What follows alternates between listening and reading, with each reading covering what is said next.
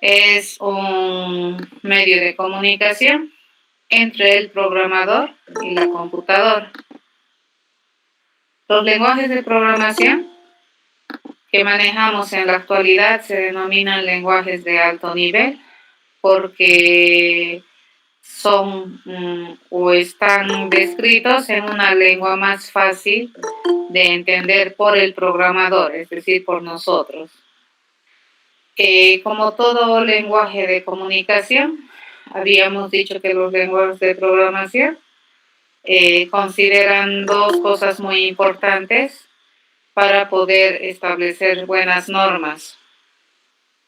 Uno de escritura y normas de entendimiento de cada cosa que nosotros escribimos en un lenguaje de programación.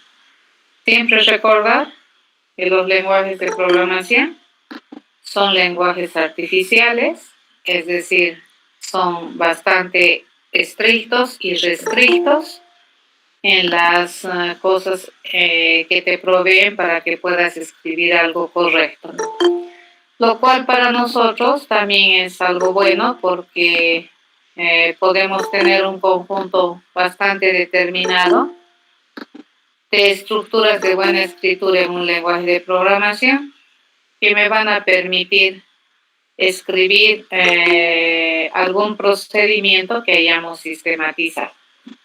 Bien, habíamos estado hablando de los procesos y habíamos hablado que en lenguajes de programación imperativos, sobre todo los que son fuertemente tipados y como es JDK estáticamente tipados, se requiere de una instrucción que se denomina declaración, la cual me permite identificar o asociar un nombre de una variable como un identificador que a su vez en tiempo de ejecución va a estar asociado con un espacio de memoria en el cual nosotros vamos a almacenar datos. ¿De acuerdo? Esa es básicamente la instrucción de la declaración. Ya para eso me sirve. Habíamos visto que tenemos una instrucción de asignación que me permite poner un contenido en una contenedora y vamos en el curso, me imagino preferentemente vamos a manejar mucho variables, ¿de acuerdo? Constantes también ocasionalmente, pero más vamos a manejar variables ya que estas me permiten cambiar, modificar su contenido mientras vive. La otra unidad que estábamos hablando viene a ser el proceso, ya que está ahorita en transparencia. Un proceso básicamente, ¿qué es? Un proceso es una unidad funcional, ¿de acuerdo? Que tiene identificación, ¿ya? Deberíamos tener la capacidad de identificar un proceso de tal manera que nosotros podamos escribir y describir de manera correcta un procedimiento para resolver alguna tarea. La idea de un proceso es que siempre debería este conjunto de pasos que vamos a definir para resolver una tarea, te sugieren, ¿no?, que a ese conjunto de pasos tú siempre le pongas una nominación para poder identificar un proceso de otro. Entonces, cuando nosotros vamos a ir a escribir esto en un lenguaje de programación, también tenemos que tener una sintaxis, respetar una sintaxis, las reglas de buena escritura. ¿Y esto de qué va a depender? Va a depender del lenguaje de programación que tú vayas a utilizar. En el caso particular del JDK, la sintaxis básicamente a términos grosos tiene dos cosas importantes dentro de un proceso. Una parte se llama cabecera del proceso, ya que vendría a ser esa parte en la cual nosotros vamos a identificar el nombre del proceso, ¿no?, que me genera como resultado o como salida este proceso. Si me genera un resultado, me genera un cambio de estado y la cantidad de datos de entrada que requiere este proceso. Ya puede ser 0 entradas o pueden ser varias entradas. Hay que, en términos de la sintaxis, estas entradas siempre se denotan como un conjunto de declaraciones. Eso quiere decir que por cada dato de entrada que nosotros estemos esperando, le tenemos que poner un nombre y además su tipo. Ya así, uno por uno. Por otro lado, ¿qué tiene también el proceso? En términos generales, tiene el cuerpo. A eso que acabo de pintar, nosotros le conocemos como el cuerpo, que definitivamente, ¿qué es? Viene a ser un conjunto finito, ordenado, de instrucciones que se deberían llevar a cabo para poder resolver alguna tarea específica, ¿ya? Y este conjunto de instrucciones me van a determinar la estrategia, ¿no es cierto? Me va a determinar el procedimiento o el método por el cual nosotros resolvemos algún problema. Entonces, esta sintaxis, fíjense, básicamente, ¿qué es lo que permite hacer o qué es lo que la computadora hace cuando encuentra una sintaxis de este tipo? Lo que va a hacer es registrar este nombre que nosotros le hayamos a nuestro proceso dentro del espacio de uso para hacer referencia a este proceso particular. ¿De acuerdo? ¿Cómo se va a dar cuenta a qué proceso llamar y a qué otro proceso llamar? Se va a dar cuenta por el nombre del proceso y por la cantidad de datos que le manda. ¿De acuerdo? Entonces, esa es una manera de identificar un proceso en su totalidad. Y también a esto, si ustedes han leído ya el libro, a esta parte se le llama la firma del proceso, que viene a ser el identificador, ¿ya? Entonces, la cabecera permite registrar este nombre de proceso con estos datos y con este tipo de resultado como un identificador dentro del espacio en el cual nosotros estamos pensando resolver tareas, ¿no? En este caso, una tarea o un problema pequeño. Por otro lado, ¿qué es lo que hace la máquina? Asocia este conjunto de instrucciones a este proceso, a este nombre. Entonces, cada vez que nosotros queramos ejecutar este conjunto de instrucciones, lo único que tenemos que hacer es invocar, llamar a este proceso con la cantidad de datos requerida y esto va a empezar a funcionar bien, ¿ya? Siempre, si ustedes observan, en el proceso siempre se tiene que identificar un inicio y un fin del proceso, ¿ya? Y el inicio y el fin están identificados con la llave abierta y la llave cerrada respectivamente. A partir de ahora ustedes van a ver que estos símbolos, llave abierta, llave cerrada, tienen esta misma semántica en todas las cosas que hagamos. Inicio y fin de algo, ¿de acuerdo? En este caso, ¿qué estamos identificando? El inicio del procedimiento y el final del procedimiento, ¿ya? Que está asociado o que está a partir de ahora identificado con esta firma de proceso. Bien, habíamos nosotros hecho ya un proceso. Fíjense que esta parte es sistematización de pensamiento.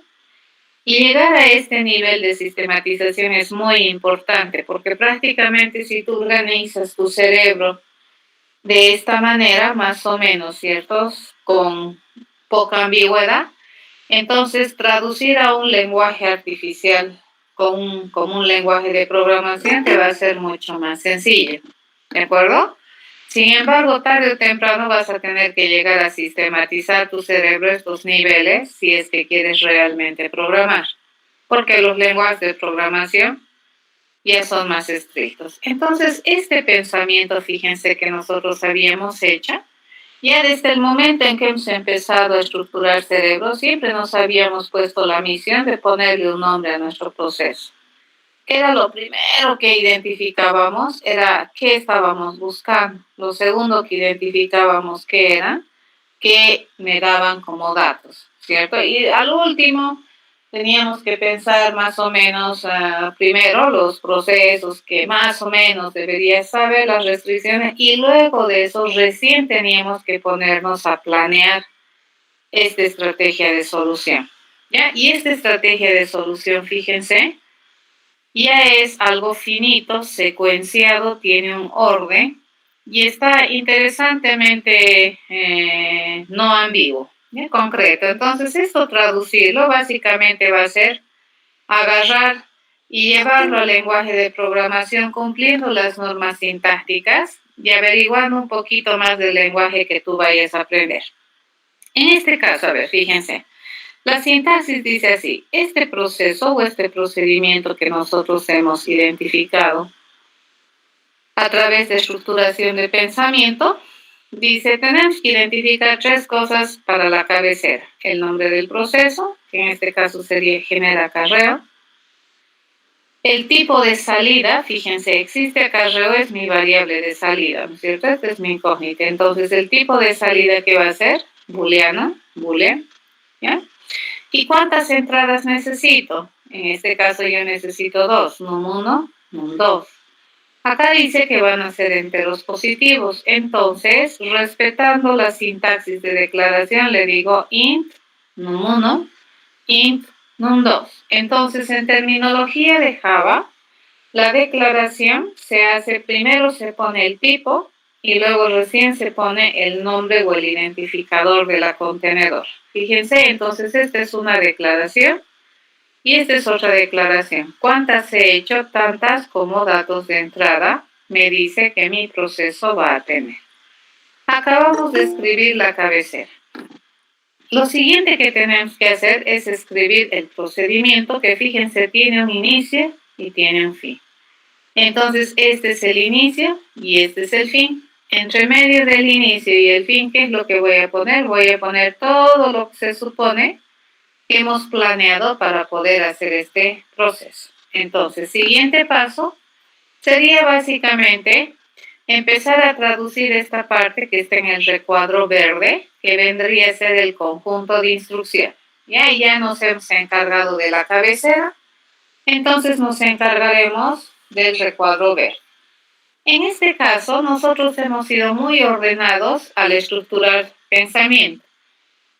Antes de empezar a resolver, nos hemos preguntado, aparte de la incógnita resultado que estoy buscando, ¿será que necesito otras incógnitas parciales o intermedias? Nos hemos preguntado. Y habíamos visto que sí.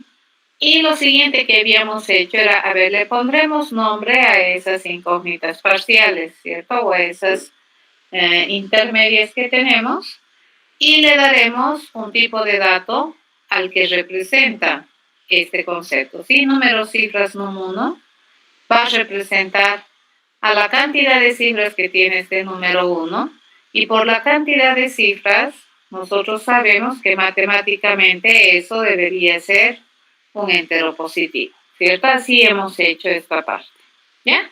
Entonces, lo primero que vamos a hacer, fíjense, es describir esta parte. Esta primera parte, estas 6 líneas, lo único que están haciendo es declarando, ¿cierto? Yo voy a tener una variable, existe acarreo, que va a contener un booleano. Número de cifras num1, que va a representar un número entero positivo, considerando lo que significa esto. Número de cifras num2, número de cifras max y número de cifras suma tienen la misma idea que este número de cifras num1, por eso todos son enteros positivos.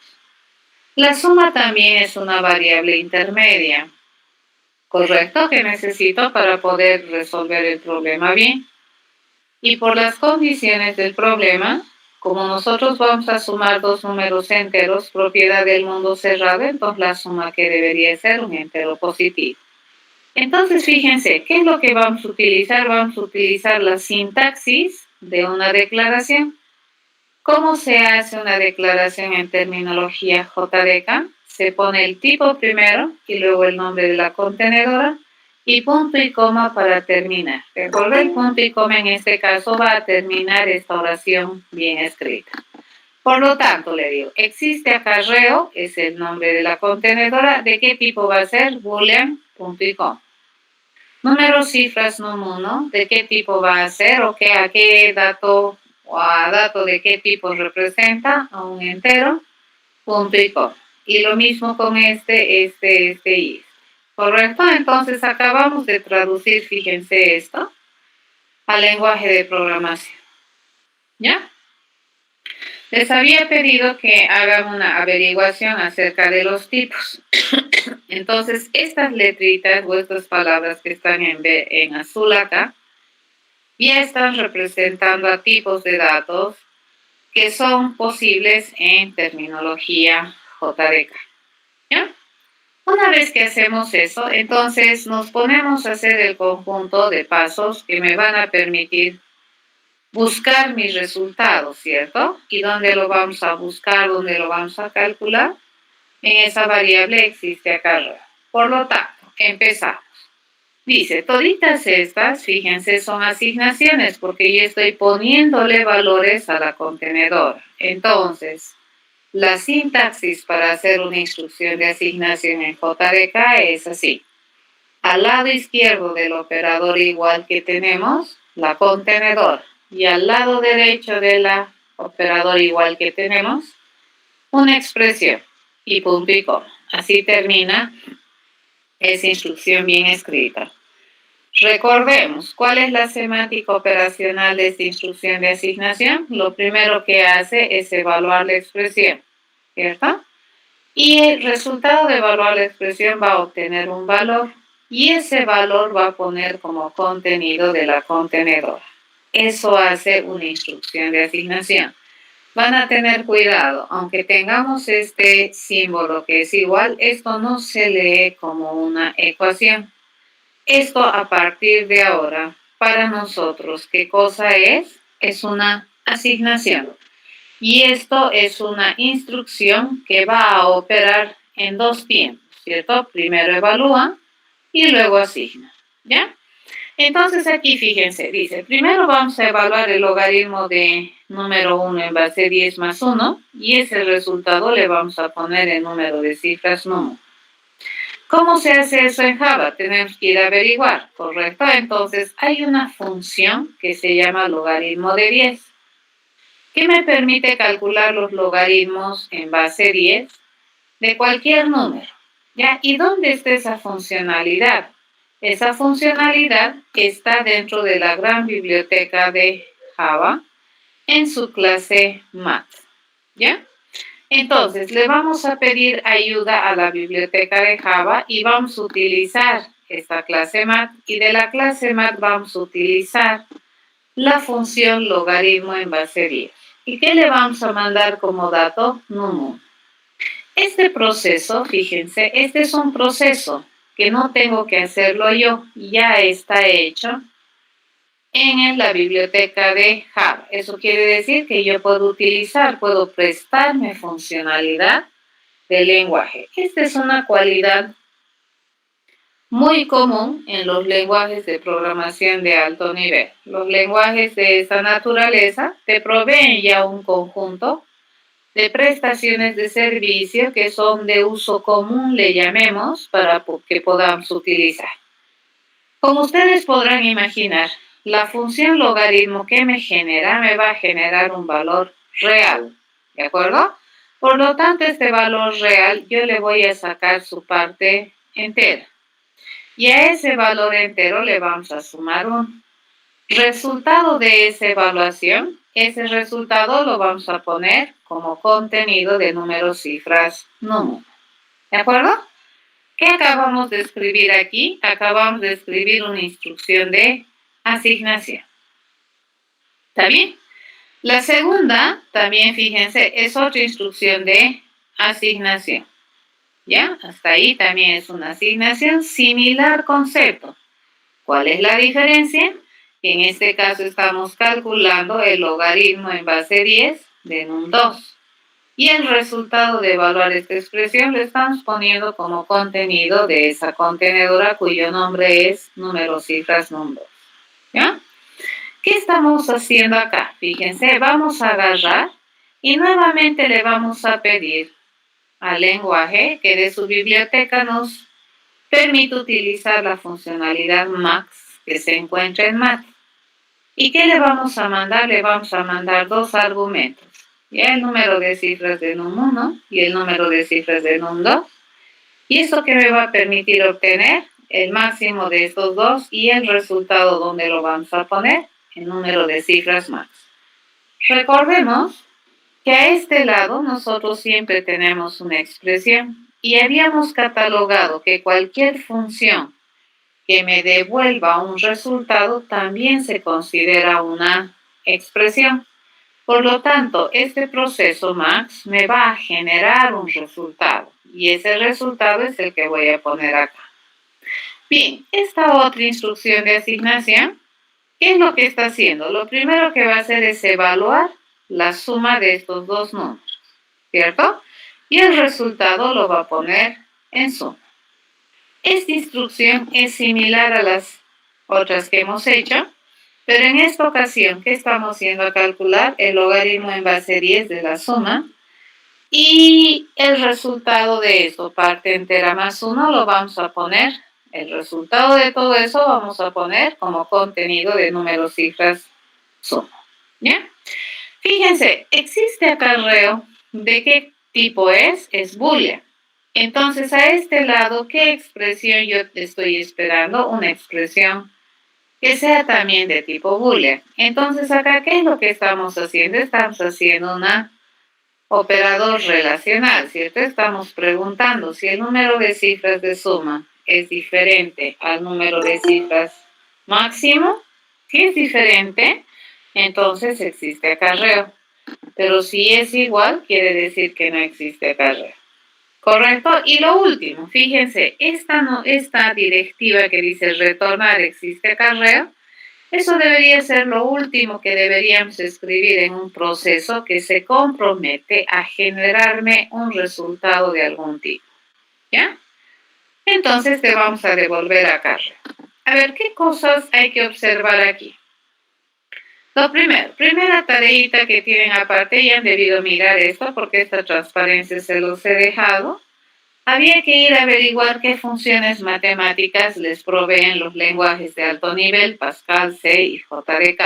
¿De acuerdo? Entonces, como les comentaba hace un momento, la mayoría de los lenguajes de programación de alto nivel, que son de nuestra generación o de esta generación, te proveen ya un conjunto muy importante de funciones, sobre todo matemáticas básicas, ya para que tú las puedas usar. Y eso es lo que nosotros hemos utilizado aquí, ¿no es cierto? El log10, el max, nosotros sí hemos utilizado de la gran biblioteca de Java. Bien, ¿qué hay que tener harto cuidado cuando tú haces esta estructuración de pensamiento y cuando tú traduces? Y en el lenguaje de programación esto va a ser súper estricto, ¿ya? Cuando tú estás estructurando cerebro, se te puede ir, se te puede pasar, pero cuando tú ya lo llevas al lenguaje de programación, esto es muy estricto. ¿Qué es lo que tenemos que siempre asegurarnos? Que lo que he identificado que debo obtener como resultado, realmente devuelva como resultado. ¿Eso qué quiere decir? Mi proceso, fíjense, que se responsabiliza o que se compromete a generarme un boolean. Y aquí, ¿qué te estoy devolviendo? Te estoy devolviendo el contenido que tiene esta contenedora existe acarreo, que es de tipo boolean. Entonces, ¿qué es lo que me vas a devolver aquí?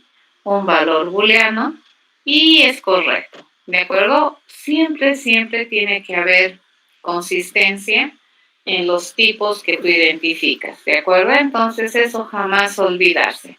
Muchas veces cuando compiles, y vamos a ver si es que esto compila después, pero muchas veces cuando tú compiles te va a empezar a reñir probablemente tu lenguaje. ¿Por qué? Porque muchas veces es errores de buena escritura y otras veces va a tener que ver con la consistencia de tipos.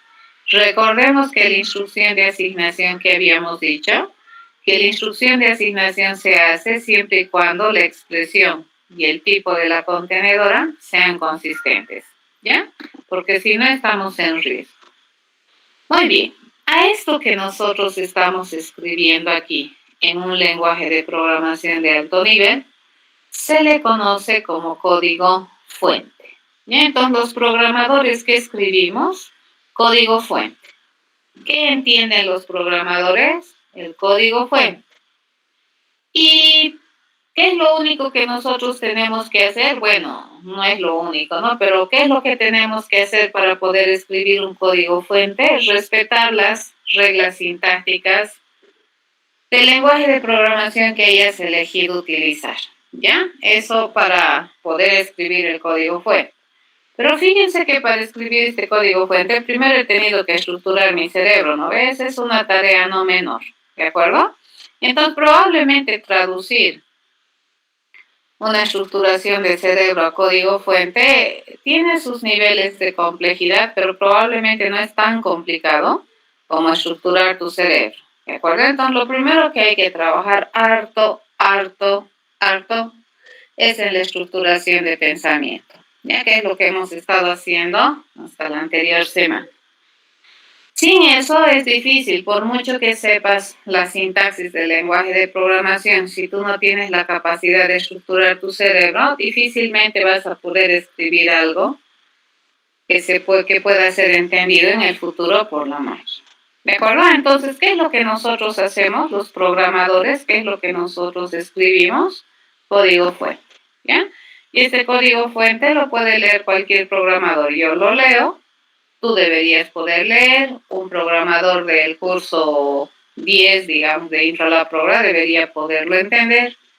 Más adelante, cuando estés en elementos o en taller de programación, tú miras esto, deberías poder entender. ¿De acuerdo? Porque es un lenguaje que los programadores entendemos. Los lenguajes de alto nivel de programación son amables con el programador. Bien, tenían como tarea estas cosas, ¿cierto? Tenían que ir a averiguar los tipos de datos en JDK, en C y en Pascal. ¿Quién ha hecho su tarea? ¿O quién averigua?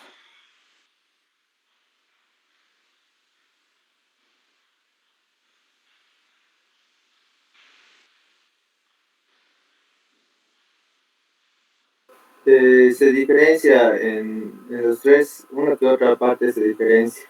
Por ejemplo, en el Pascal, el entero en vez de en el JDK, que es int, se escribe integer. Sí, integer. Igual y en el C, igual es int.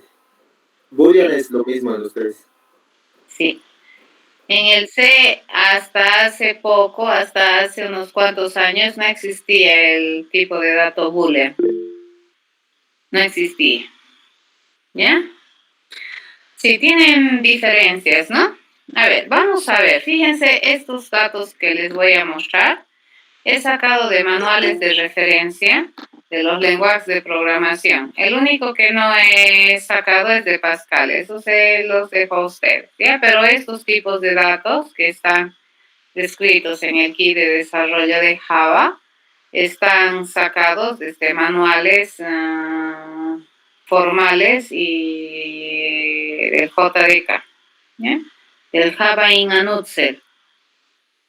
Entonces, estos son los tipos de datos primitivos, se llama, ¿ya? A ver, ¿qué tiene esta tablita?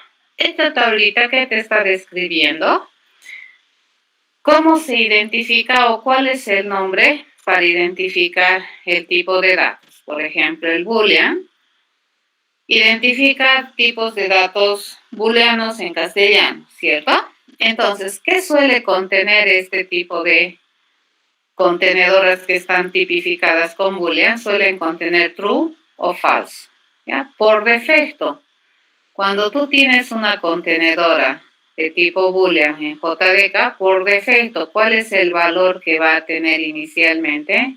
Falso. El tamaño que utiliza un boolean, fíjense, y esto es tamaño en bits. ¿Qué es un bit? Es un dígito binario que viene a ser la unidad de representación de información más pequeña que existe en computación. ¿De acuerdo? Entonces el boolean, ¿cuántos bits había sabido utilizar? 1. El rango de valores no está definido, ¿correcto? Porque solamente puede tener true o false. ¿Ya? Nosotros, fíjense, y hemos utilizado acá, ¿ya? Este boolean. Dices, entonces, ¿qué es lo que puede tener esta variable? Esta variable puede tener true, false. ¿correcto? Por defecto, si es que no le decimos nada, ¿cuál será el valor por defecto que va a tener esta contenedora? Falso. Ya, así se lee esta tablita. Y este tamaño, fíjense, esta columna es bien importante.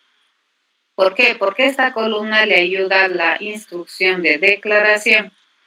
Porque dependiendo del tamaño que tú pones aquí o que esté estipulado acá, tu instrucción de declaración va a ir a reservar tantos espacios físicos como requiera el tipo de datos. ¿Ya? La mayoría pero usa un registro. ¿Qué viene después? El char. ¿Y qué es lo que te va a guardar? Te va a guardar un código, un Unicode. ¿Ya? Eso te contiene. Y el Unicode es un código numérico. ¿Ya? Entonces le va a guardar el Unicode de un carácter. Vayan a averiguar qué es el Unicode de un carácter, porque hay ASCII codes también, ¿ya? En este caso, ¿qué está utilizando? Está utilizando un Unicode. ¿Y esto de qué tipo es? Entero. ¿Ya? Su valor por defecto es este, que es un carácter, que está en términos numéricos. Y su rango, fíjense, va desde 0000 hasta FFFF, que sería prácticamente 256 caracteres diferentes. Tamaño de este carácter es 16 bits. ¿Ya? Tenemos el dato byte, que me permite almacenar enteros con signo. ¿Ya? Y su valor por defecto inicial es 0. ¿Cuánto espacio usa? 8. Y el rango de valores que puede almacenar, fíjense, es menos 128 a 127. ¿Ya?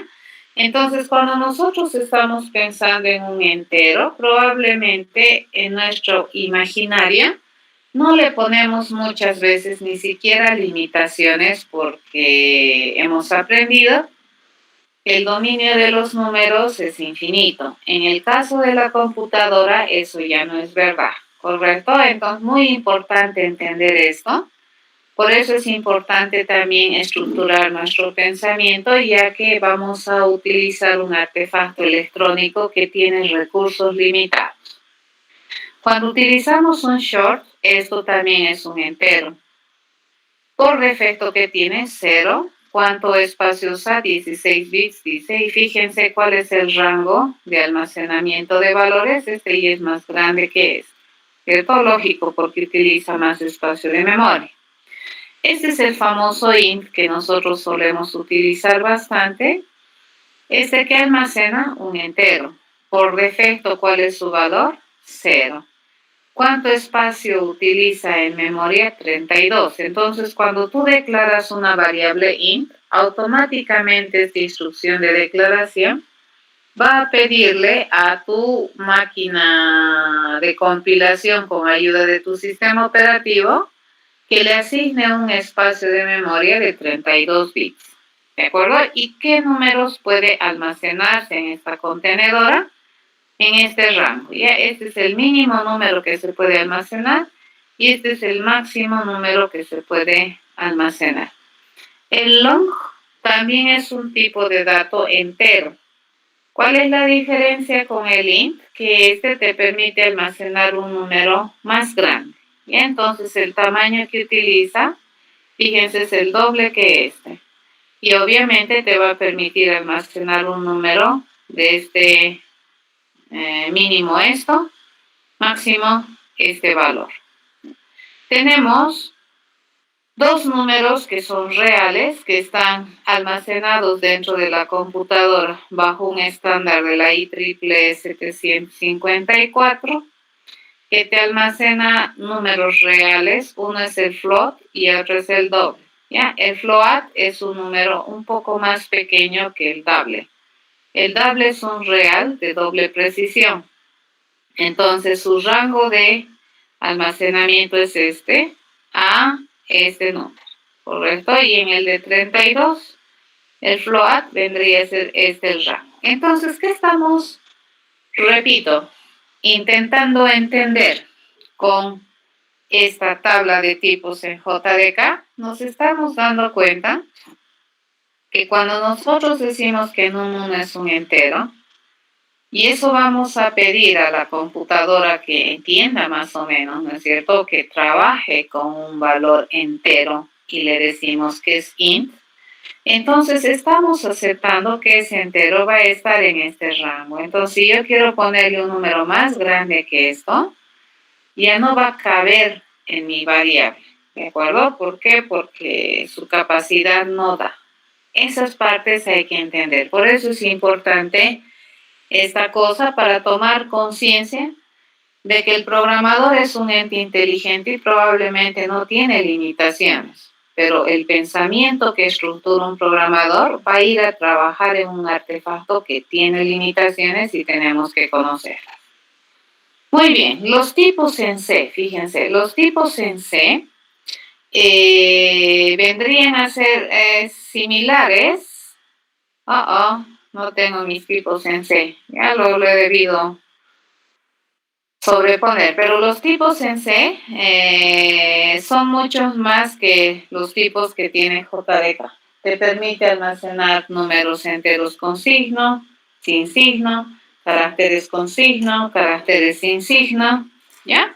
Pero luego los tipos básicos int, doble, float suelen ser similares, ¿correcto? Entonces veamos, ¿qué otra cosa les he pedido que vayan a averiguar? Operadores. A ver, esto es un mundo, los operadores que existen en JDK. Nosotros habíamos explicado un conjunto de operadores básicos en las expresiones que son los más comunes que vamos a utilizar, que vienen a ser los aritméticos, los lógicos y los relacionales. ¿Recuerdan? Eso habíamos visto ya la anterior semana. Incluso habíamos descrito las tablas de verdad de los operadores lógicos. Cuando tú tienes operadores, estos operadores usualmente sirven para poder evaluar expresiones, ¿cierto? Entonces las expresiones se conforman de literales y operadores. Entonces los operadores me permiten evaluar. Y se sabe que los operadores pueden estar en una expresión, puede ser una expresión muy larga y puede tener varios operadores. Y nosotros sabemos desde la matemática que estos operadores, dependiendo de cuál es su precedencia, se van a operar en un orden específico. Y obviamente al operar en un orden específico, los resultados también van a ser diferentes. Por ejemplo, si yo le digo 3 más 5 multiplicado por 2, ¿esto cuánto me da?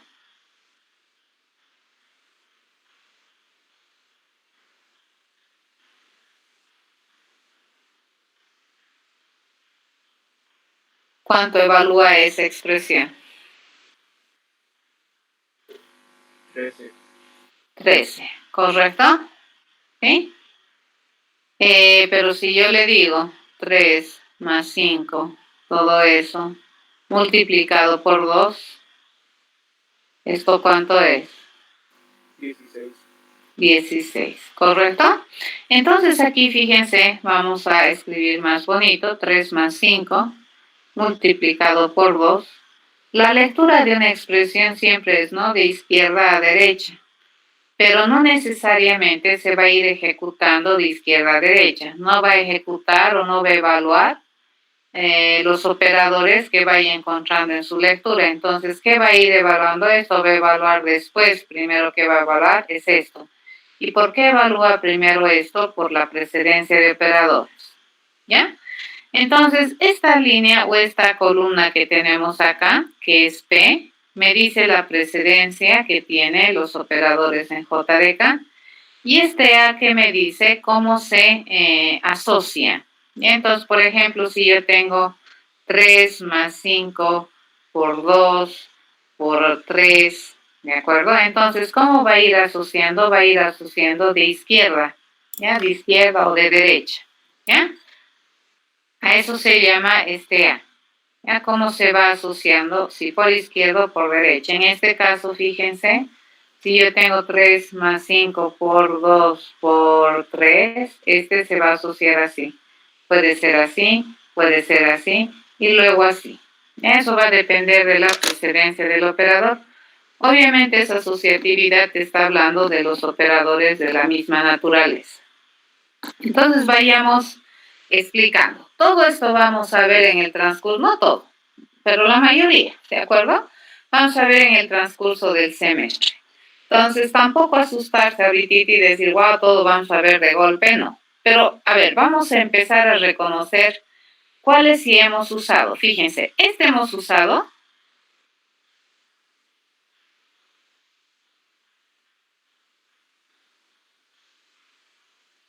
Sí. ¿Dónde? Al llamar a la biblioteca de Java. Exacto, cuando le hemos dicho mat, punto, hemos dicho log 10. ¿De acuerdo? Entonces, este punto es un operador de acceso, ¿ya? O es uno que te permite entrar a algún miembro o alguna parte de algún objeto. En este caso, mat no es un objeto, pero ese es un caso rarito. Luego vamos a ver que la mayoría de las veces vamos a hacer uso de objetos. ¿De acuerdo? Este todavía no hemos usado. Todavía no. ¿Este ya hemos usado?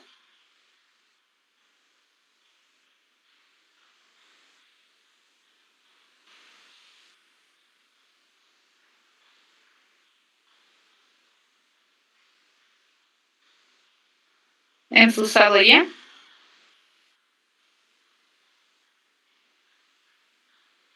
Y esto es interesante, fíjense, aquí se van a dar cuenta, hemos usado.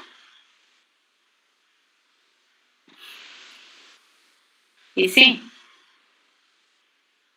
hemos usado. Por ejemplo, el método sería genera acarreo, ¿cierto? Y aquí, ¿qué sería? La lista de argumentos, ¿correcto? Num 1, num 2. Entonces, fíjense, en este caso, los paréntesis abiertos y cerrados van a ungir de operadores para la invocación de un método, ¿ya? O la invocación de un proceso. ¿De acuerdo?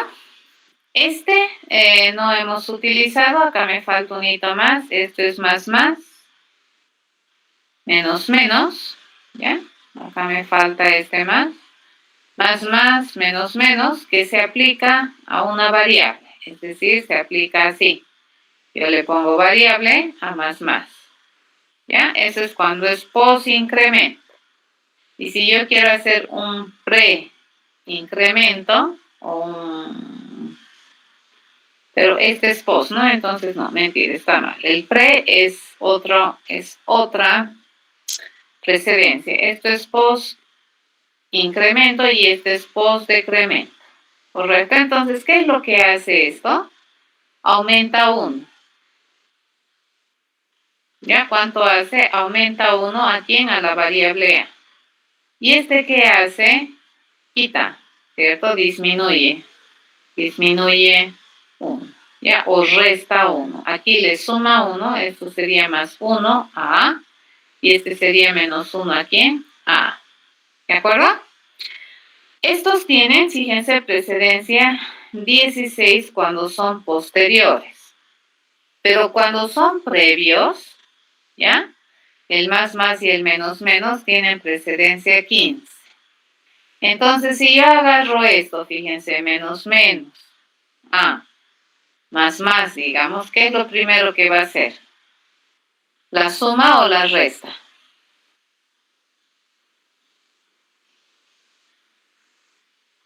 De acuerdo a esta tabla. ¿La resta? Por precedencia de operadores, lo primero que debería hacer es la suma. Sí, porque aquí fíjate, su precedencia es 16 cuando haces un post. Entonces va a ser primero esto y luego va a ser esto. Dice, según esto. ¿Correcto? ¿Ya? Porque la precedencia es 16, entonces el post tiene mayor precedencia, pero es una precedencia por izquierda, dice, ¿no? Hacia la izquierda va, entonces no es tan verdad. Si hacemos esto, A más, digamos, entonces, ¿qué es lo primero que va a hacer? Aunque no le ponga esto, fíjense, esto primero va a ser esto y luego esto, ¿ya? Esto hay que probar porque este es hacia la derecha. ¿Esto para qué sirve? Dice para una suma unaria o una resta unaria. Por ejemplo, si yo le quiero poner menos a. Ya para eso sirve. ¿Sí? Este no se nota bien, pero este es el circunflejo, la pestañita. ¿A quién se aplica? Fíjense, si yo le aplico a un integer, ese es un operador a nivel de bits. Esto van a entender mejor cuando estén en arquitectura de computadoras. Por ejemplo, si le digo no 1, ¿esto qué me va a devolver? Esto me va a devolver 0. Y si yo le digo no 0, ¿esto qué me va a devolver? 1. ¿De acuerdo? Eso es a nivel de bits. En cambio, el que nosotros solemos utilizar más comúnmente es este, ¿cierto? Este símbolo que identifica al NOT lógico.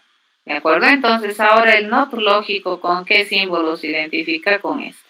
¿Ya? Con ese operador. ¿Y qué recibe como dato o como argumento? Fíjense, recibe un boolean. ¿Ya? ¿Y qué te va a devolver? Te va a devolver también un boolean. Correcto, aquí que me falta, acá se lo ha comido mi planilla. Y acá me falta menos, que también es un operador de automodificación. En prioridad 14 está new. ¿Ya? Esto también vamos a aprender a utilizar. Si ustedes ya han utilizado o ya han leído el libro, ¿qué es el operador new? Este new te permite la creación de un objeto. ¿De acuerdo? Entonces, usualmente, ¿qué le necesitas mandar al operador new? El nombre de la clase del objeto que quieres crear y la lista de argumentos para su creación. ¿Este ya hemos usado?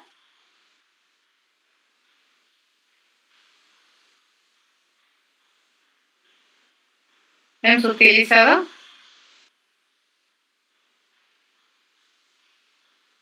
Sí. ¿Dónde?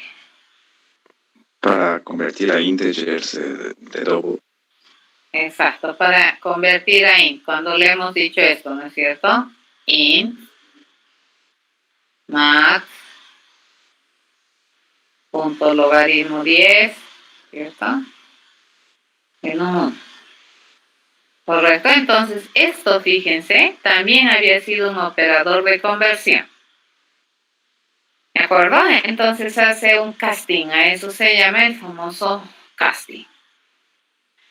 Tenemos los otros operadores, vamos a ir chequeando. Estos son los operadores que vendrían a ser los famosos aritméticos. Estos son los más comunes. Tenemos en precedencia, fíjense, 13. Está la multiplicación, la división y el módulo, ¿ya? Y estos son operadores binarios que van a recibir como argumentos dos números. ¿Y qué hacen? Multiplican, dividen de manera entera y es el residuo, ¿de acuerdo? O el módulo. Fíjense que la multiplicación, la división y el módulo están con más alta precedencia que la suma y la resta. Ya la suma y la resta tienen menor precedencia, es por eso que 3 más 2 multiplicado por 5, esto me da 13. Entonces primero se hace la multiplicación por esta precedencia. La suma y la resta son operadores binarios, por lo tanto, ¿qué recibe? Recibe dos números. Fíjense que el más, este más, si recibe una cadena y cualquier cosa, entonces este más ya no suma, sino que hace concatena. ¿Correcto? Entonces, a ver, veamos. Si yo tengo una cadena hola, ¿de acuerdo? Y le sumo con 3, entonces el resultado que me va a dar, me va a dar una cadena y me va a decir hola 3. Ese es el resultado. ¿Correcto? Entonces, ante la presencia de una cadena, ¿ya? Este más ya no va a sumar. ¿Qué va a hacer? Va a concatenar. ¿De acuerdo? ¿Entendido? ¿Ya? A ver, vamos a ir utilizando estas cosas, pero les estoy mostrando qué es lo que tenemos. Es un montón de operadores que tiene ¿no? A ver, ¿qué otros operadores están en precedencia 11? Están estos operadores que se trabajan a nivel de enteros, por ejemplo.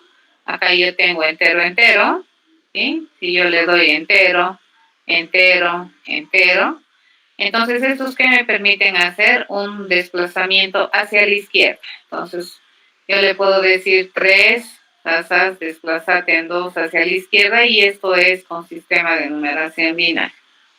¿Ya? Eso es desplazamiento. Esto te permite, el otro te permite desplazar hacia la derecha en 2 unidades. Cuidado, no se va al 5, ¿no ve?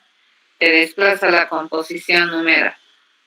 Están en precedencia 11. Rara vez vamos a utilizar estos en Introlab. Estos son los famosos, ¿cuáles? Estos son los famosos relacionales. Menor, menor, igual. Mayor, mayor, igual. Fíjense en qué precedencia habían estado en 10. Entonces, si yo tengo 3 multiplicado por 2 mayor a, ¿qué es lo primero que se hace?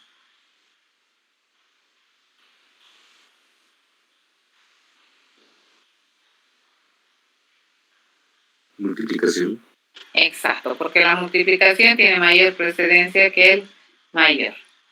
¿De acuerdo? Pero nosotros, para asegurarnos, por si acaso, ¿no es cierto? Si no confiamos, digamos, solemos hacer esto, ¿ya? Lo cual es a veces mejor, te evita problemas. El instance of, esto lo vamos a ver al final del curso. Vamos a chequear este. ¿Qué viene después? Fíjense, como operador igual o precedencia 9, está el igual, el diferente, ¿ya? Yo puedo decir si dos cosas primitivas son iguales o si dos cosas primitivas son desiguales. ¿A qué se llama primitivo? A cualquier tipo de dato primitivo, como por ejemplo el int, el double, el short, todos esos datitos que les había mostrado, esos son primitivos. ¿De acuerdo? A eso se les conoce como datos primitivos. Entonces, si yo escribo algo así, 3 mayor a 2 igual igual 1, ¿qué se hace primero?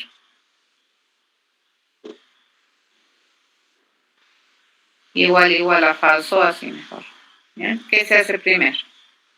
Relacionales. No, pero los dos son relacionales, fíjate. El igual igual y el mayor son relacionales. Exacto, el mayor. ¿De acuerdo? Por precedencia. Y luego recién se hace la comparación. Entonces primero se hace esto y luego se hace eso. Eso hay que entender.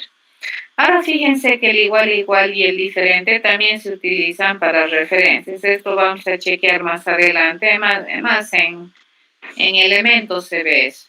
¿De acuerdo? En intro no vamos a ver mucho esa parte, pero existe.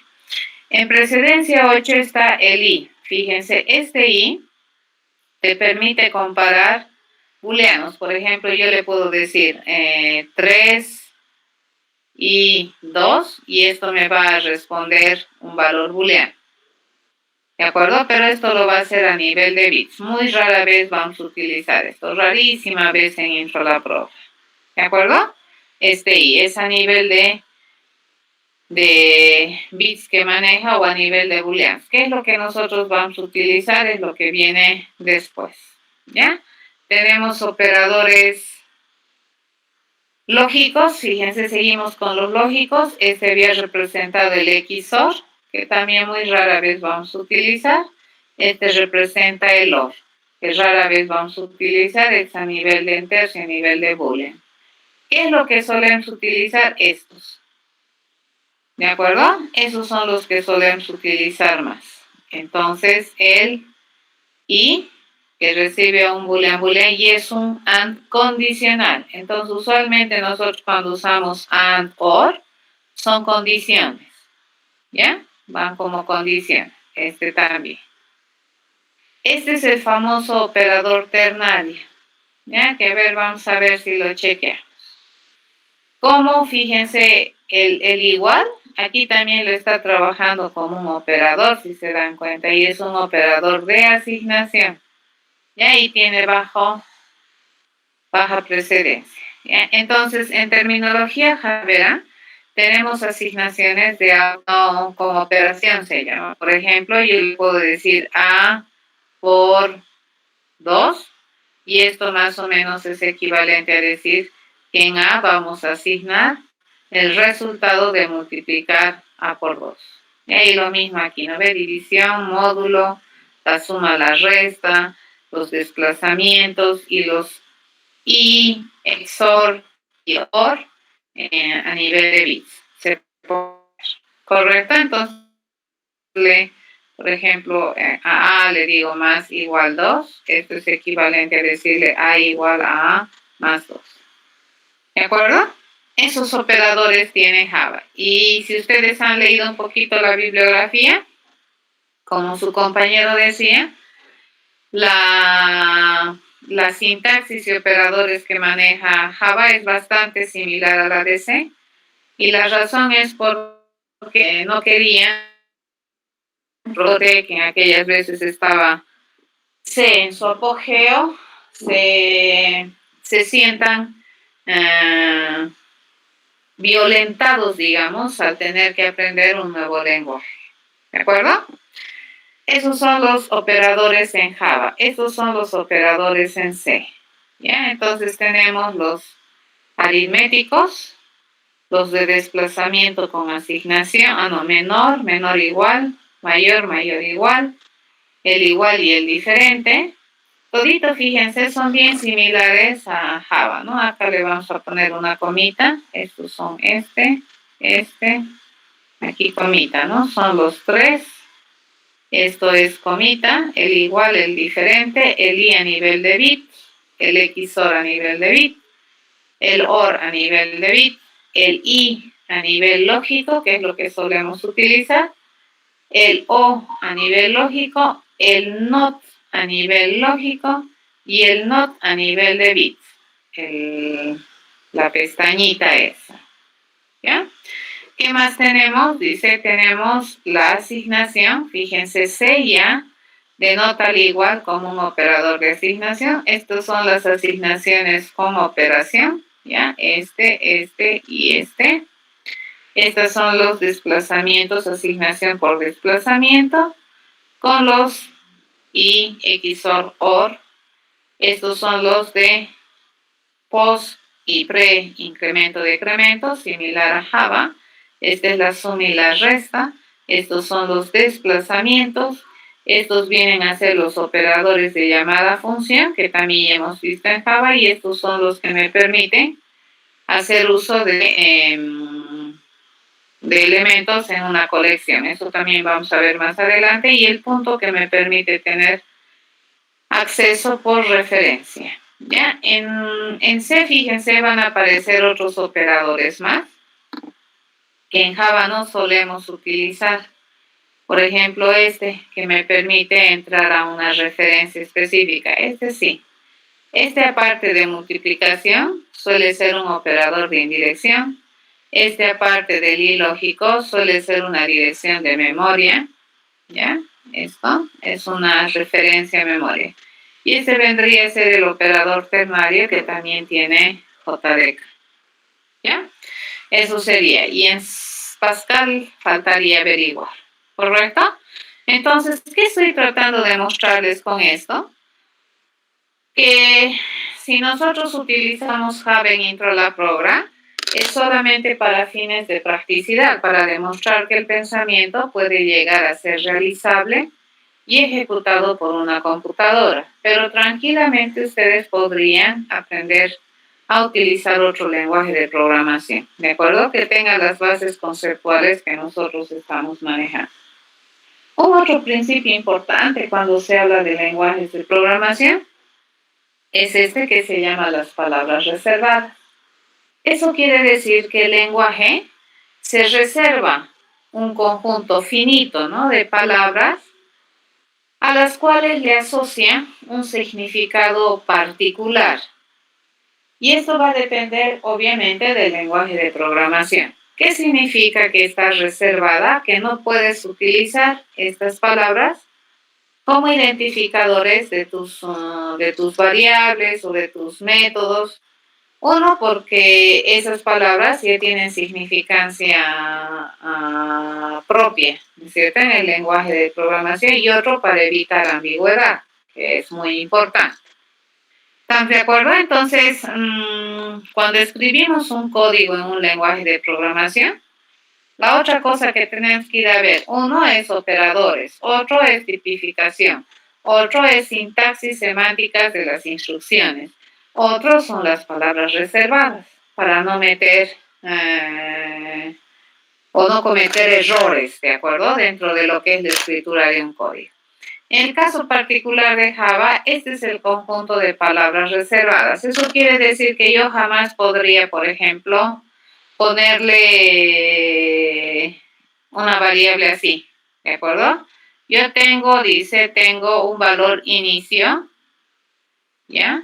Por un lado, fíjense, y voy a tener otra variable que se va a llamar final. No puedo, ¿correcto? ¿Por qué no puedo? Porque final, fíjense, es una palabra reservada en Java. No la puedo utilizar, ¿ya? Creo que el resto no vamos a tener problemas porque están en inglés. Muy rara vez tú vas a ponerle una palabra en inglés. Tal vez esta se te va a ocurrir, ¿no? Ve, nuevo, new. Pero el resto todas son palabras en inglés o esta también, super, ¿no? Porque super también puede ser una palabra que nosotros utilicemos, probablemente. Pero final, fíjense, es muy fácil que nosotros podamos utilizarla como nombre de una contenedora. Pero ¿qué te está diciendo el lenguaje? No, no puedes, porque final resulta que ya tiene una significancia asociada en el lenguaje de programación, por lo tanto no la puedes utilizar. ¿Ya? ¿Qué hemos utilizado hasta ahorita? A ver, hemos utilizado boolean, ¿correcto? ¿Qué más hemos utilizado? Int. Sí, esto hemos usado. ¿Qué más hemos utilizado? Hemos utilizado return. ¿Correcto? Esas palabras reservadas hemos utilizado ya para programar. ¿Está bien? Creo que más nada, ¿no? No hemos utilizado más nada. Nada más hemos utilizado. Dable, alguna que otra vez, pero ahorita en el programa, en el procesamiento que hemos traducido, no hemos utilizado true, tampoco hemos utilizado, no veo dónde hemos utilizado, no hemos utilizado, estamos pensando de que va a calcular. ¿Correcto?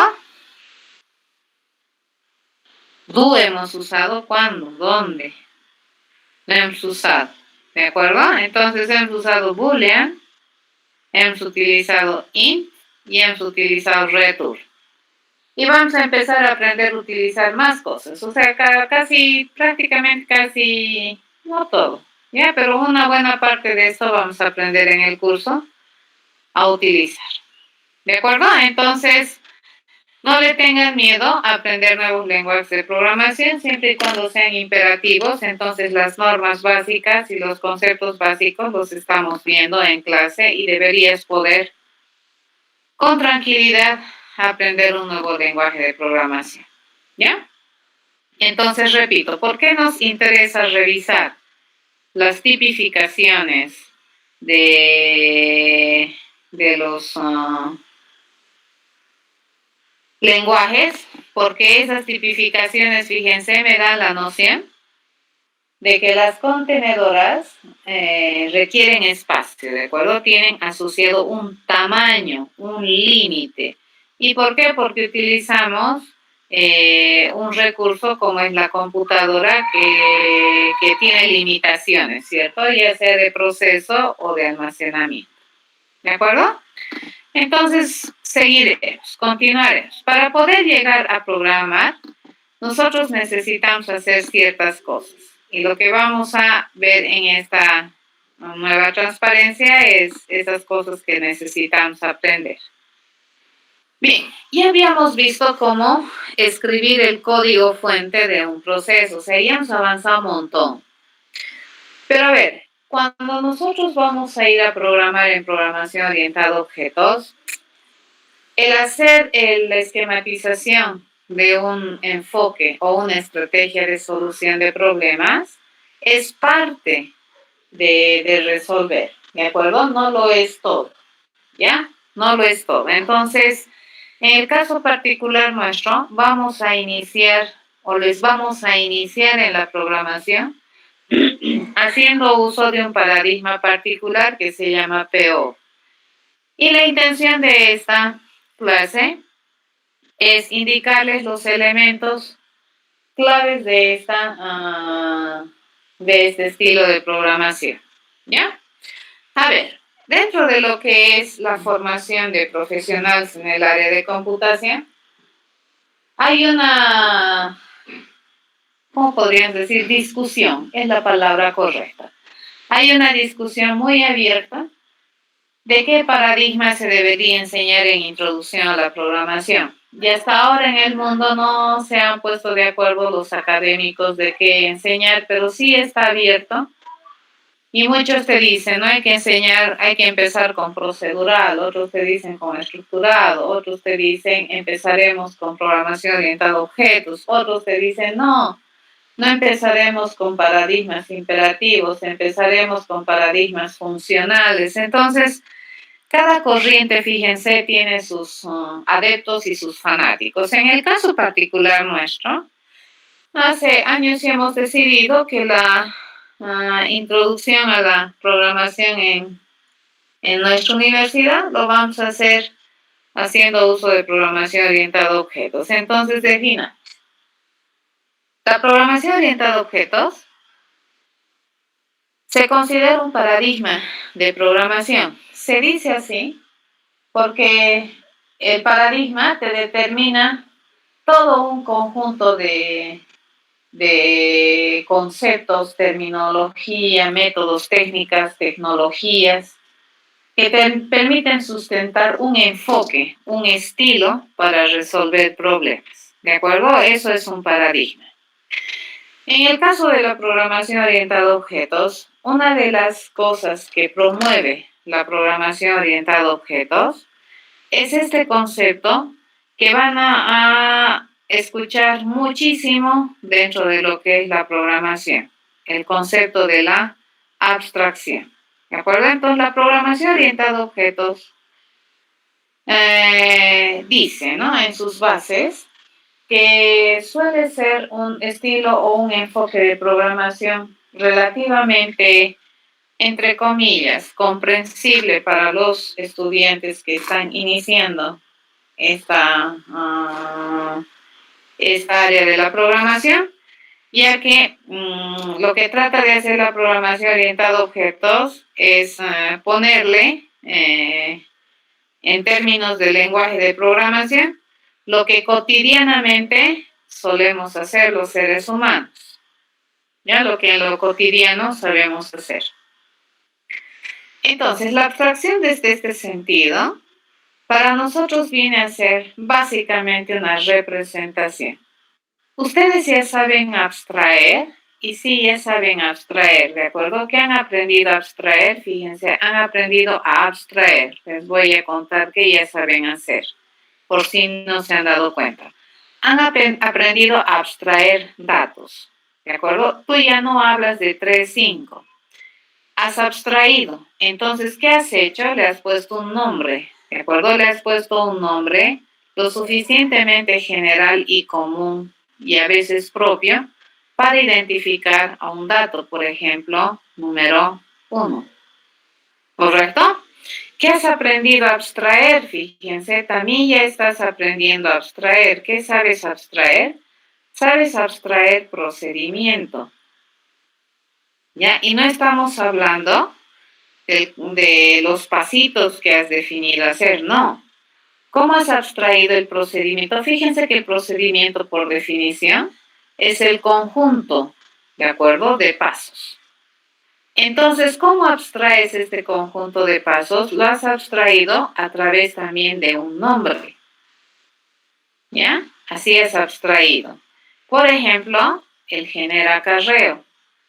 El genera acarreo es una abstracción a un procedimiento, ¿de acuerdo? En cambio, num1 es una abstracción a un dato.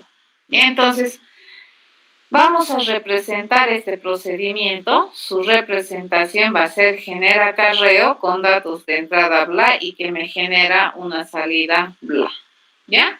Acá la representación del dato, la abstracción es NUM 1. No me interesa qué dato. Aquí la abstracción es genera acarreo. Como usuario, digamos, de genera acarreo, no me interesa demasiado tu procedimiento. Yo le puedo cambiar el procedimiento siempre y cuando haga lo que tiene que hacer. Para mí debería seguirse llamando genera acarreo. Eso es abstraer. ¿De acuerdo? Entonces, este proceso, fíjense, o este ejercicio mental que nosotros hacemos se denomina abstracción. Y como ya les comentaba, la programación orientada a objetos basa todo su poderío en esta palabrita, ¿ya? Y en este concepto, que vendría a ser la capacidad que tenemos los seres humanos de representar el mundo real, ¿ya? Muy bien, una vez que tenemos esto y decimos, ¿no?, que la programación orientada a objetos es un paradigma de programación, ¿eso qué quiere decir? Define, ¿de acuerdo?, un estilo, un enfoque para resolver problemas a través de programas. Eso es la PO. ¿Y por qué se llama paradigma? Repito, porque no es solamente el estilo, ¿no? Vea qué buen estilo que tienes, no. Ese estilo está lo suficientemente conceptualizado, definido, ¿de acuerdo? De tal manera que tienes métodos, técnicas, metodologías, tecnologías, conceptos, terminología, que te permite entender el enfoque. O sea, no es solamente, es un enfoque. Tiene un conjunto de reglas y conceptos que hay que entender. ¿De acuerdo? A ver, ¿por qué se llama programación orientada a objetos? Como su nombre dice, en este estilo de programación o enfoque de programación, el elemento más importante, la estrella de este paradigma, viene a ser el objeto, ¿ya? Entonces, ¿qué es un objeto dentro de la programación orientada a objetos? Es un responsable, es responsable, fíjense, de realizar las tareas, de resolver las tareas, de resolver problemas, de hacer cosas, ¿de acuerdo? Eso es un objeto en terminología de programación orientada a objetos.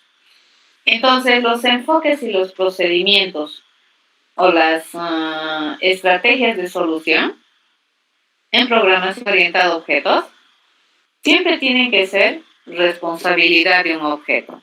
Alguien tiene que hacerse cargo de resolver o de realizar la solución de un problema, y ese alguien, ¿quién es? El objeto, por un lado. Por otro lado, ¿por qué es la estrella del paradigma? Porque en programación orientada a objetos siempre vamos a tratar de resolver los problemas de manera muy estructurada. ¿Eso qué quiere decir? Que muy rara vez vamos a tener un objeto que es un todólogo. Vamos a tener objetos y vamos a distinguir objetos, un objeto de otro objeto, incluso tipos de objeto, por su pertinencia o por su sapiencia, ¿de acuerdo? Por lo que sabe hacer. Entonces, en la resolución de problemas basado en programación orientada a objetos, vamos a contar con objetos especialistas. Se van a especializar en hacer cosas, ¿sí? Entonces, muy rara vez vas a tener un objeto que todo hace, o sea, es un todólogo, ¿ya? Vas a agarrar objetos que tienen experticia en algo, y para poder resolver cosas complicadas, entonces probablemente vas a requerir el concurso de más de un objeto, incluso de más de un tipo de objeto, para poder hacer el trabajo. Esa es la idea de un objeto. ¿Ya? Entonces, en la programación orientada a objetos, el objeto viene a ser el concepto o el término estrella, digamos, de este paradigma, porque él es el que ejecuta, él es el que realiza, él es el que sabe hacer las cosas, él es el que va en la computadora a representar a un ente que resuelve, ¿se dan cuenta? Entonces, en este caso, ustedes son los programadores, ustedes están resolviendo, pero ese cerebro que ustedes tienen, lo tienen que trasladar a alguna parte de tu programa que probablemente va a ser responsable de hacer algo y sobre esa definición tú vas a identificar qué tipo de objeto es el que debería encargarse de hacer esta parte. ¿Qué tipo de objeto es el que se debería responsabilizar de hacer esta otra parte? ¿De acuerdo? Entonces el programador define qué objeto es el responsable de hacer las cosas. Muy bien. Entonces los objetos en términos conceptuales, básicamente, ¿qué son? Son una muy buena representación de objetos del mundo real. Tú observas un objeto del mundo real y ¿qué tienes que hacer? Tienes que agarrar un modelo, ¿de acuerdo? Una abstracción de este objeto del mundo real y poderlo representar. ¿Estamos de acuerdo? A ver, vamos a hacer una pruebita ahorita. ¿Qué es esto?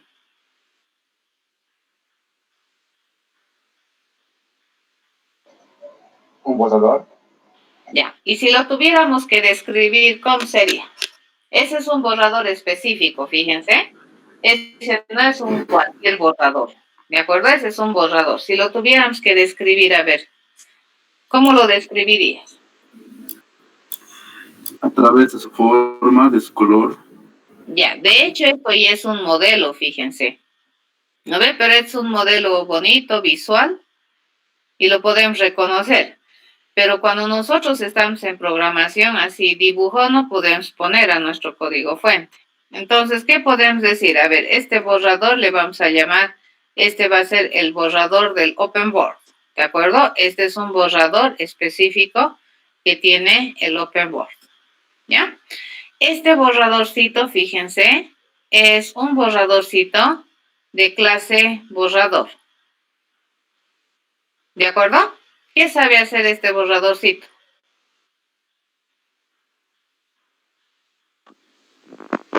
Borrar las fallas. Ya, su misión básica es borrar. ¿De acuerdo? ¿Y qué tiene? Fíjense lo que me decía su compañero. A ver, ¿qué tiene? Me han visto usar el borradorcito. ¿Qué tiene? A ver, tiene tamaño. Muy bien. ¿Cierto? Puede tener incluso forma. Ya, y no estoy hablando de estilo, ¿no ve? Porque si nosotros agarramos en algunos otros editores, el borrador puede ser así, el borrador puede ser así.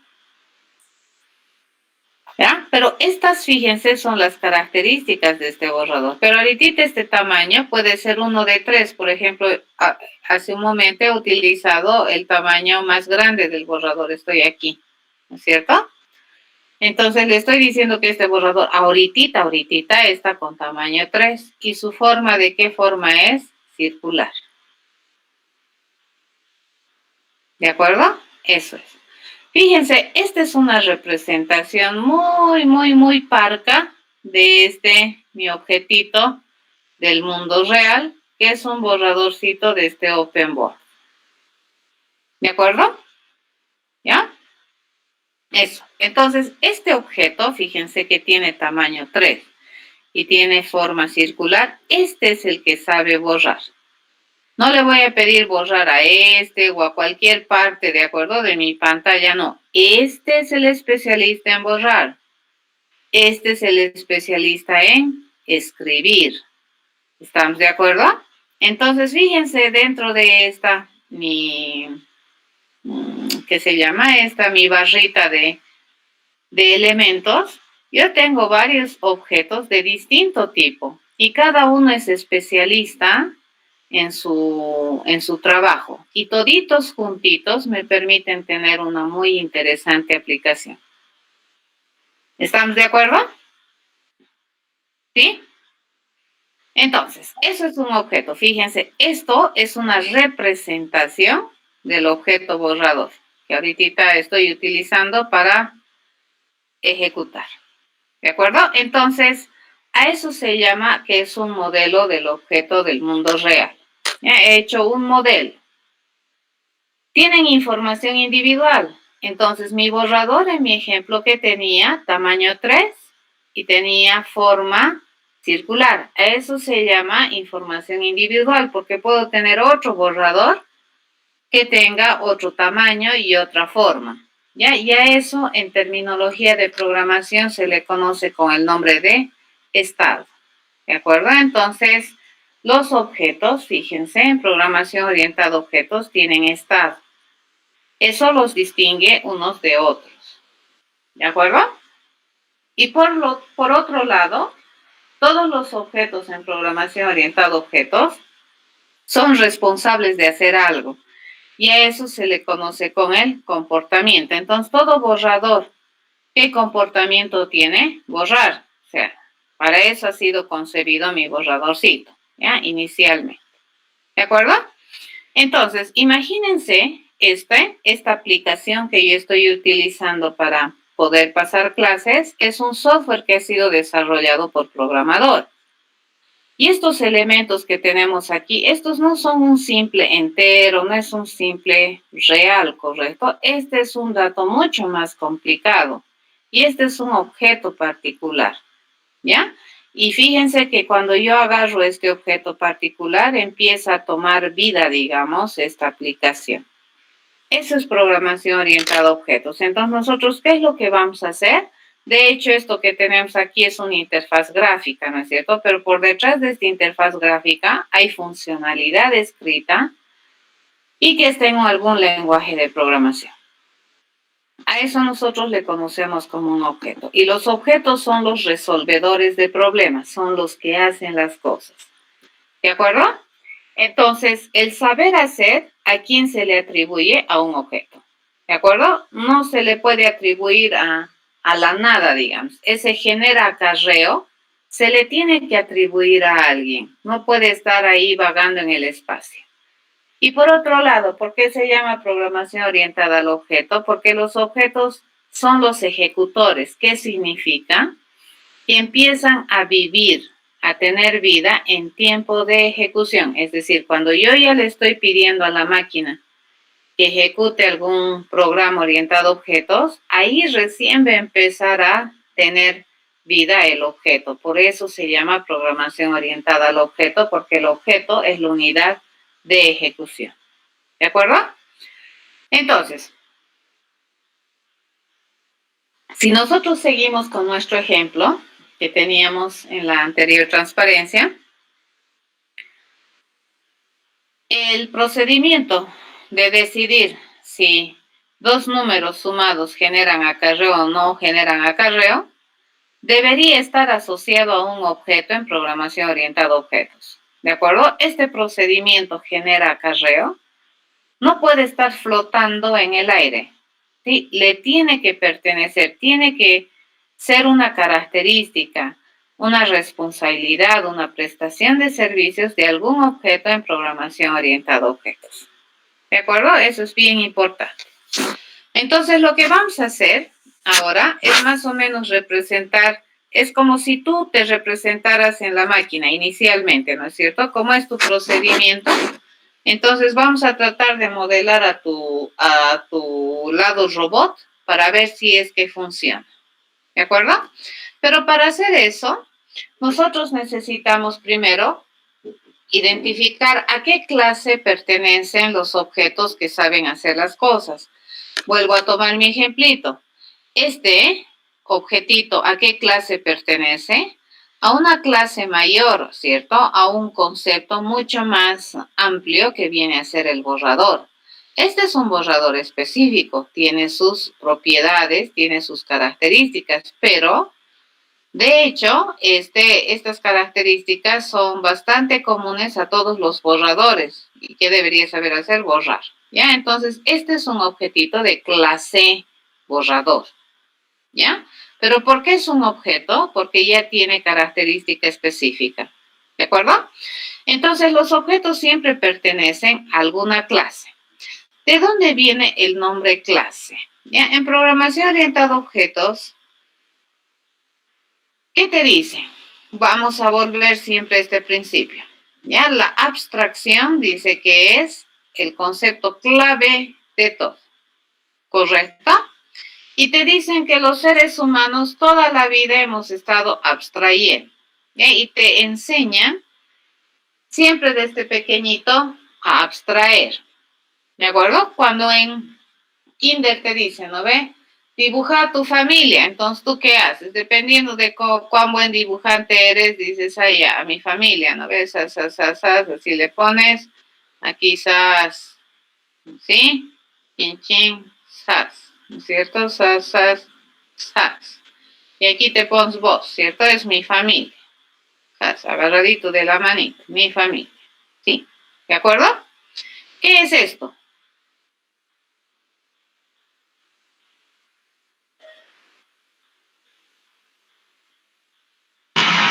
Es una representación de tu familia. Sí.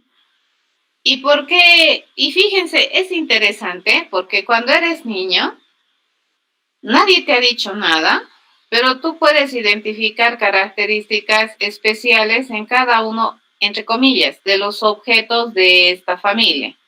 Toditos de qué clase son, son de clase persona, ¿cierto? Pero fíjense en esa tu representación, este es bien diferente a este y a este. Tú te pones más chiquitito, ¿correcto? Si estás en el kinder, sí. A tu papá lo dibujas con cabello cortito, a tu mamá probablemente con cabello largo, y muchos chiquitos incluso así, ¿no ves? Sí. ¿De acuerdo? Entonces, hay ciertas características que hacen que esta representación de objeto, fíjense, estos son objetos de la misma clase, pero son diferentes porque las particularidades de sus características, toditos tienen cabello, ¿correcto? Pero ella tiene, este objeto tiene un cabello diferente a este objeto y a este objeto. Toditos tienen una estatura, ¿correcto? O tamaño. Y fíjense, su pato también es diferente acá, ¿ya? A esto se llama abstracción, ¿correcto? Ahora si te dice, dibuja tu casa, entonces probablemente depende de dónde eres, tu casa pues va a salir diferente, ¿no es cierto? Entonces si eres del altiplano, más o menos así vas a dibujar tu casa. Tu casa es así, altiplano, ¿eh? Le pones puerta, ventana aquí, y aquí sus. ¿De acuerdo? Pero si eres del valle, fíjense, probablemente vas a escribir tu casa así. Vas a hacer una casa algo así. De hecho, cuando eres chiquito, dices ahí a puerta, vas a tener ventana grandota, ¿correcto? Aquí. No puedes pensar una casa sin árbol, ¿correcto? A tu casa también tú puedes decir, no soy mala dibujante, o sea, van a hacer, hagan de cuenta que eso es perro. ¿Estamos de acuerdo? Entonces aquí fíjense, esto también es una abstracción, pero esta abstracción es diferente a esta abstracción. Si bien es cierto, estos dos son objetos de clase casa, estos son diferentes, tienen características peculiares, ¿cierto? Este tiene una chimenea, eso es muy común cuando vives en el frío, ¿no? Que tengas algún tipo de estufa, cosas así. En cambio, cuando vives en el calor, olvidad que vas a tener chimenea. Pero sí tienes árbol, pero digamos en el altiplano que un niño dibuje un árbol, bien raro es. ¿Estamos de acuerdo? Entonces, en este caso, fíjense, en esta mi representación, yo ya estoy identificando más de un tipo de objeto. Este es un objeto de clase árbol. Este es un objeto parece de clase perro. Correcto, y tenemos casa. ¿Entendido? Pero para el chiquito, digamos, para el niño, para él eso es su casa. O sea, él no puede concebir una casa sin árbol. En cambio, en el altiplano tranquilamente concebimos nuestra casa sin árbol, no pasa nada. ¿Estamos de acuerdo? En este caso, fíjense, su abstracción está utilizando tres tipos de objetos, ¿ya?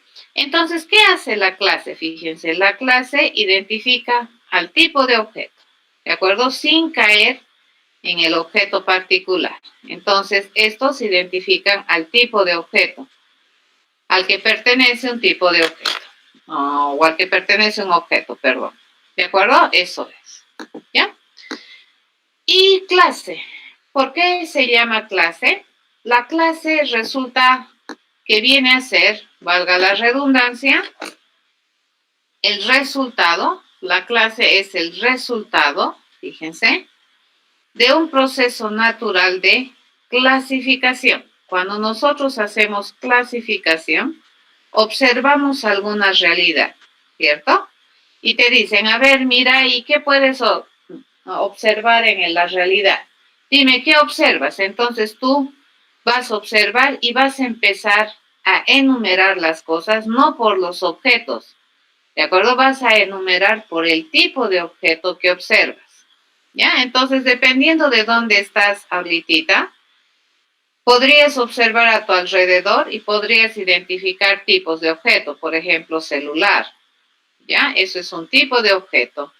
Podrías observar computadora, correcto, cuaderno, cosas así. Entonces, ¿qué estás haciendo? Estás clasificando. Y resultado de la clasificación, ¿qué estás obteniendo? Clases. ¿De acuerdo? Eso básicamente es una clase. Entonces, es un nivel de abstracción que me permite identificar tipos de objetos en una realidad. Por lo tanto, definiremos, ¿ya? Una clase modela, nuevamente, fíjense, es un modelo de un tipo de objetos del mundo real. En cambio, un objeto que es un modelo de un objeto del mundo real, ¿ya?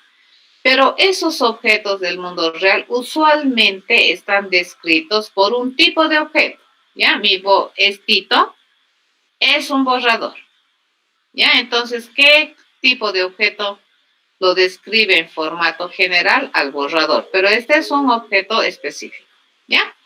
Entonces, en programación orientada a objetos, guay, ya hemos terminado la clase, ¿no? La clase identifica qué características comunes tienen ese tipo de objetos, ¿ya? Lo dejaremos aquí, por favor. Ya estamos nos hemos pasado de hora y a mi otro grupo ya me debe estar esperando. Y dejamos acá. ¿De acuerdo? El día jueves vamos a terminar y vamos a hacer nuestro primer programa día jueves, y a partir de ahí ya deberían empezar a programar sin que nadie les pare. ¿Estamos de acuerdo? Sí. Sí, profe. Ok, nos vemos el día jueves. Hasta el jueves, jóvenes. Hasta el jueves, dice. Hasta el jueves, ingeniera. Cuídense. Hasta el jueves, Inge.